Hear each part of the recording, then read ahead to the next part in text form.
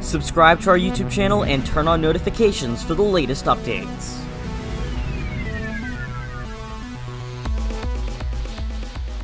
Tropical Storm Isaias isn't better organized or stronger than it was earlier today at 5 p.m. Eastern, although it does have a chance to become a hurricane before it makes landfall in the Carolinas, currently with winds of 70 miles an hour and a minimum pressure of 995 millibars as of 11 p.m. Eastern Time this August the 2nd.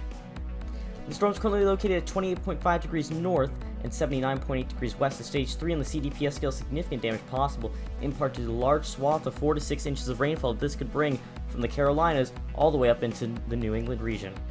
Distance in miles from land right now: Daytona Beach 77 miles away, Savannah, Georgia 224 miles, Charleston, South Carolina is 255 miles right now, Wilmington, North Carolina 355 miles, and Surf City in North Carolina is 373 miles away at this point in time. We're looking now more for a landfall, potentially in North Carolina, but there could still be a landfall in South Carolina associated with the system. Hurricane watch is in place with South Santee River, South Carolina to Surf City, North Carolina. Take a second to pause to read all of these if you need to. Tropical storm warnings now also extend from Florida all the way up to Delaware, with tropical storm watches reaching into New England as well.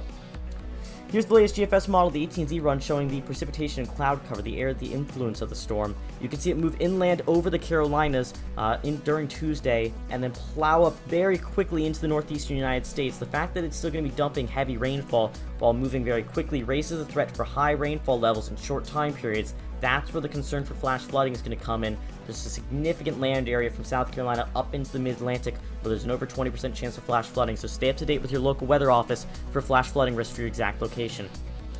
Sea surface temperatures won't be a problem for the storm, though. If it wants to become a minimal hurricane again, it's going to be mostly vertical wind shear. It's over 29 degrees Celsius waters right now, but if it goes just over the right area off the Carolina coastline, there is a significant splotch of 31 degrees Celsius. Very warm and supportive of a tropical cyclone, so keep an eye out for potential minimal hurricane landfall. The National Hurricane Center has a hurricane watch in place for a reason.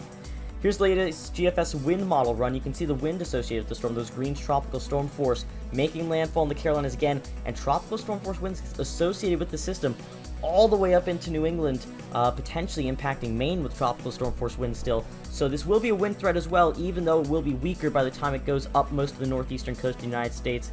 Potential hurricane landfall in South Carolina again, although that isn't currently forecast, but prepare there anyways as that's going to happen, because there isn't really a difference between a strong tropical storm and a Category 1.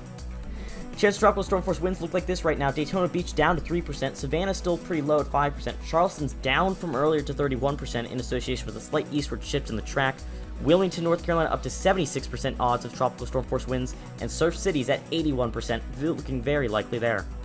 Here's the latest track from the NHC. You can see those tropical storm warnings now extending again up all the way into Delaware, with tropical storm watches reaching into New England, into Rhode Island and Connecticut as well. Hurricane watch also in place there for parts of South and North Carolina, so stay on guard if you're there for potential hurricane impact if this strengthens, which isn't expected at this time, but could happen if we're caught a bit off guard.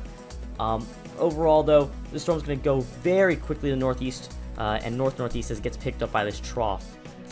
Here's the latest satellite imagery of the system. You can see much more convective activity than we were looking at about 36 hours ago, but still mostly to the north and east of the center of circulation, although not as bare at the exact center in terms of convective activity as we were looking at yesterday.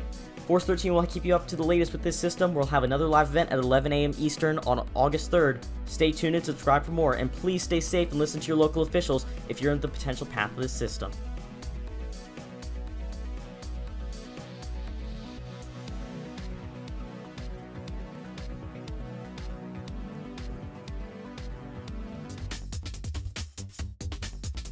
You can follow us on our outlets, force13.com for web articles and the live cyclone tracker.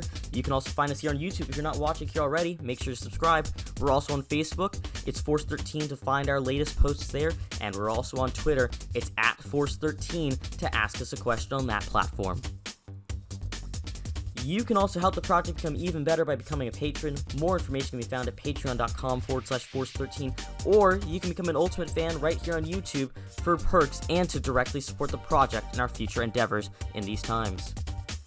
You can also find us on Discord to communicate with us on our Discord server. Link is in the description below, and you can message Fool13 at extension 9094.